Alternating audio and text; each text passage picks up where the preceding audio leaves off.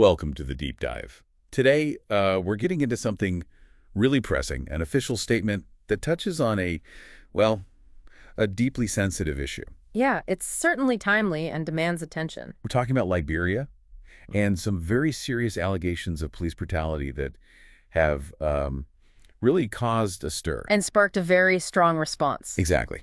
Our main source here is a press release dated July 24th, 2025. It comes straight from the office of the National Fula Governor of the Republic of Liberia. And maybe just briefly, for context, that's a significant traditional role representing the Fula people. So this statement carries, considerable weight within Liberia. It really does. So our mission really is to unpack what this statement says about the alleged incident, look at the strong condemnation, and then zero in on the demands being made. And we'll try to help you understand the core issues, the significance of this official response. We're aiming for objective analysis here, understanding not just the what, but the why it matters so much. Okay, so let's dive right in. The statement describes a, frankly, incredibly disturbing incident. It involves Liberia National Police officers. And crucially, there's video. It apparently went viral on social media. Right. The allegations are graphic.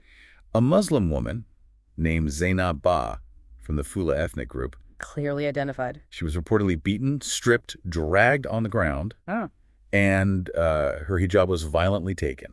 And the most heart-wrenching part. She was holding her infant child during the alleged assault. In broad daylight, too, with people watching and recording. Yeah. The statement really hammers home the gravity of this. It points to what it calls a complete disregard for her dignity, her religious beliefs. And the baby's safety. It's chilling. Absolutely. And the statement even specifies her alleged offense.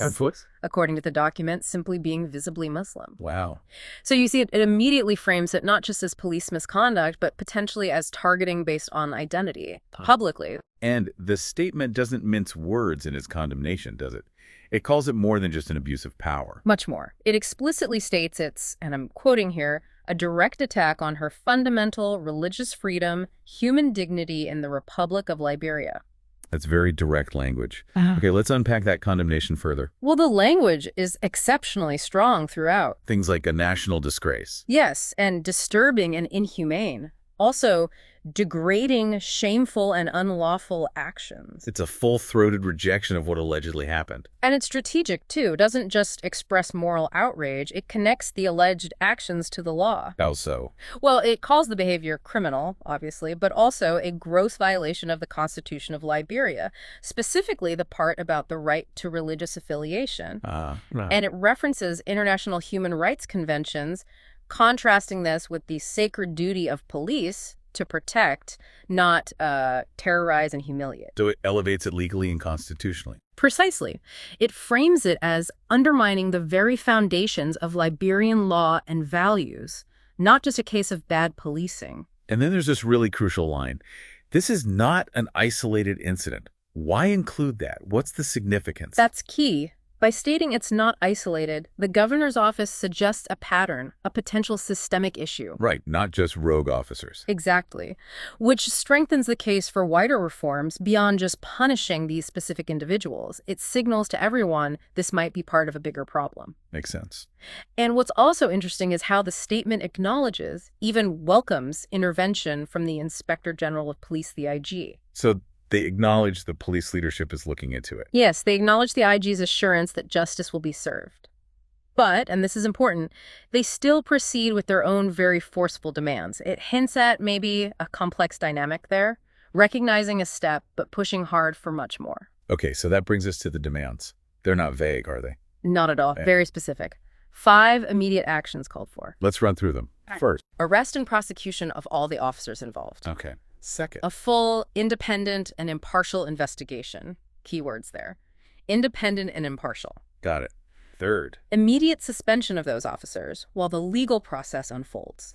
Standard procedure, one would hope. Fourth, a public apology.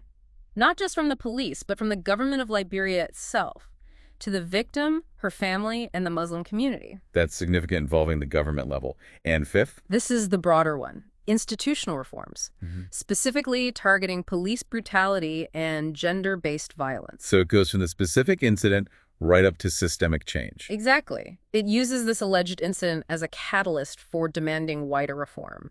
And connecting this back to the bigger picture, the statement really emphasizes this isn't just about one group. Absolutely. It says very clearly, this is not just a Fulani issue. This is a Liberian crisis. That's a powerful framing. It is, and it follows with, any country that allows its law enforcement agencies to target women and mothers has failed in its moral and constitutional duty. Wow. That really broadens the responsibility, doesn't it? Makes it about national values. It makes it relevant to every single Liberian citizen, regardless of ethnicity or religion. It frames it as a fundamental issue of governance and human rights. And they call for broad support, too. Yes, urging the government, religious leaders, traditional leaders, the Liberian Muslim Women Network. And basically, every conscience-driven Liberian citizen. Right, to stand up against this injustice. And the emphasis is on ensuring this never happens again to a woman, not just a Muslim woman or anyone else. So framing it as a universal issue of protecting women and human dignity. Precisely. The governor also pledges to defend the rights and security of all Liberian women, not just Fulanis. And they intend to pursue all avenues. Every legal and diplomatic path, yes, until justice is served, though it's worth noting they also call for the community to remain peaceful during this process. An important point, given the tensions. Definitely, managing the understandable anger while pursuing justice. And the closing lines are incredibly stark. They are. We will not be silent. We will not forget. We will not stop until justice prevails. Leaves no room for doubt about their determination. So if we boil it down, the key takeaways here. Well, first, a really swift, strong, unequivocal condemnation of these alleged actions. Second, very specific demands for accountability, both individual and institutional. Right, the arrests, investigation, apology, reforms. And third, the deliberate framing of this incident not just as an attack on one person or group, but as a national crisis for Liberia, touching on fundamental rights, the role of law enforcement, and the protection of women. So let's leave our listeners with this thought.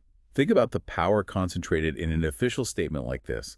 It stems from one alleged incident amplified by a viral video. But it escalates rapidly to demand not just individual justice, but potentially widespread systemic reform for the whole country. What does it really signify when calls for justice like this echo so strongly, coming from within a country's leadership structure and demanding change not just for one community, but, well, for everyone? Something to consider.